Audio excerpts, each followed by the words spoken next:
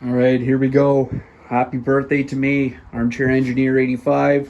We're back out here in my little shed. Hopefully it doesn't get too hot out here in this shed. There is no airflow.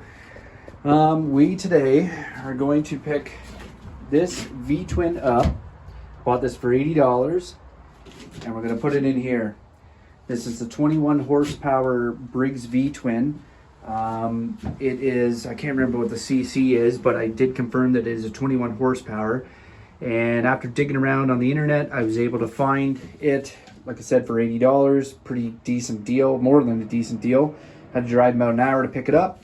But now we're going to stick it in our John Deere L100. Like I said, this project's been delayed just because of things that have delayed it. I've had a few leads on a few different engines and they just didn't come to fruition. A few broken promises, yada, yada, yada. It's all the same. Anyways, I found this. I jumped on it and now it's going in here. Here we go.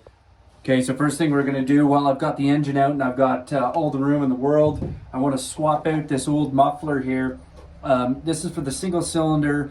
It had the single port, the single exhaust pipe. This one here comes with it. I've got the dual, so I'm going to zip this off and I'm going to put it in. So I zipped off these 3 bolts, 1, 2, and this one here, this little bracket, and this keeps it to the forward. It's just holding on there. I'll peel it off.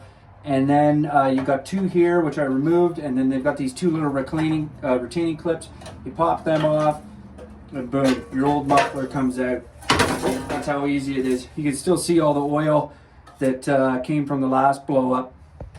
All right, so this dual exhaust pipe muffler here, it's got this bracket here. I don't need it, so I just got 4 10 millimeters. Well, maybe they're not 10 millimeters. Let's have a look. No, they are smaller.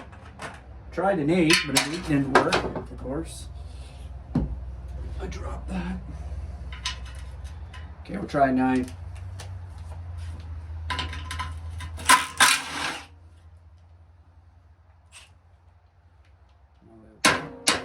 Difficult on me. Old.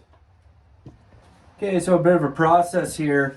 I got these 2 out. I had to put them back in and then pry on the socket a bit to get them out. These 2 here are basically semi-rounded off.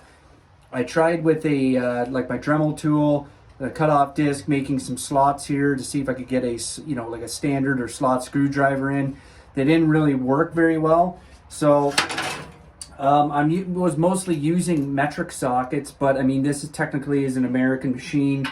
I believe it's even made and assembled in America. So I swapped over to a 5/16, some SAE. I was able to kind of tap these on, even though it's almost, I don't have bolt biters. That would work very well, but for what I'm going to do right now, I'm just going to see if I can get this one on here. Yeah, there we go there. And then I've got my impact here. And I'm just gonna see if I can, okay, so I got that, I think I got that. No, that's just spinning. All right, so I ended up getting those 2 bolts free that were right there, that were stuck. I'm gonna show you guys how I did this. What I did was I took a pry bar and I hammered it down. These were actually pinched pretty close there, and I hammered it down into here, and then I started wiggling it back and forth. I actually got 2 pry bars, and then I stuck them down there, and I was able to go 1 forward and 1 back at the same time and pop these out.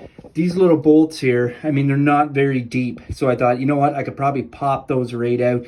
They're old and shitty. I'm not reusing this bracket or anything like that.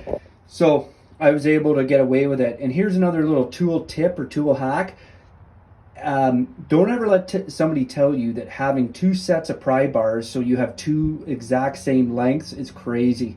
I have 2 sets of pry bars, and many times I need the same length, but I need it like times 2, and I use them all the time.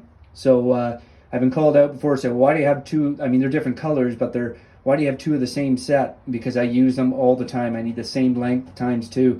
So now that I've got this out, we're going to mount it in here. So I had hoped to use this twin cylinder exhaust muffler that came with my new engine. Unfortunately, I've already ran into a problem. Here's the old muffler off the single piston, and there you go. You can see right there, it's nowhere near the same height. Yeah, there you go. There's a perfect example here. So basically, if I were to install this in here, it would be hanging. There'd be a big space down here. Eventually, if I bolted that in, it would eventually work its way out and wiggle its way free. So I'm not going to use it. Instead, I mean, yeah, I could put a block of wood or something underneath there, but this is actually really old and rusty. This one here is actually in a lot better shape and well oiled from all the oil that came out of it. So I'm not too broken up that I can't, or that I'm not going to use this. Anyways, what I'm going to do is I'm going to drill another hole right over here. Okay, I got my safety sandals on here to hold this. Let's see what kind of mess we can make. See, hopefully this bit won't dance all over the place. Go nice and slow.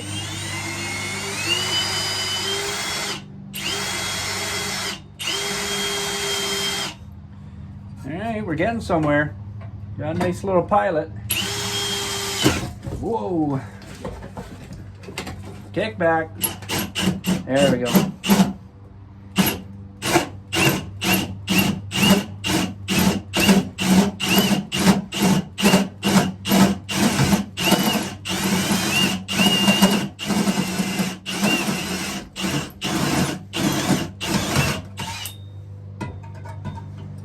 Getting there.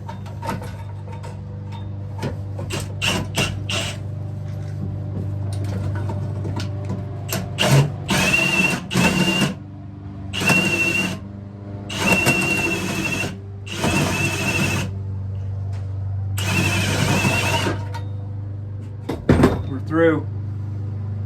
I just got to collect that little piece. That works great. Oh, sorry. There we go. Off camera. Yeah, we're through. Nice hole. Same depth as this one here. That worked well. Okay, I got the muffler installed here. I'm just going to zip these down here. They're just, there we go.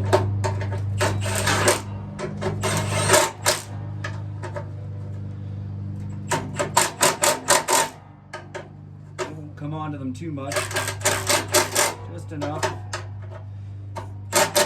There we go. Now we'll close this up. Put them here. We'll just zip these down. And I think these are an 8mm. Yep. 8mm.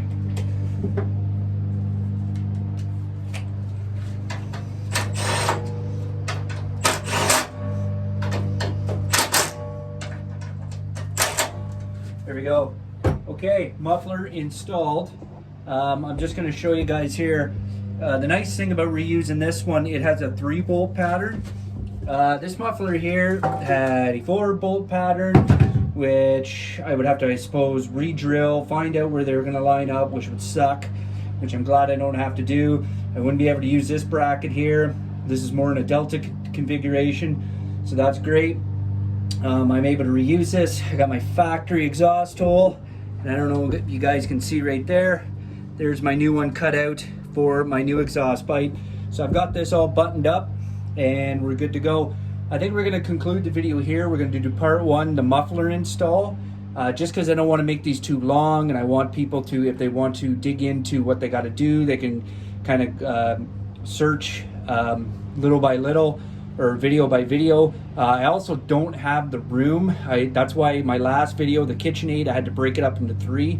I originally did 1 video and it was 27 minutes about the plumbing, the drainage, and the electrical, and then the conclusion of the project, but I couldn't do it in 1 video, so I had to break it up into 3 because I just didn't have enough capacity on my phone. Something I'm working on. Anyways, Armchair Engineer out. See you in the next video.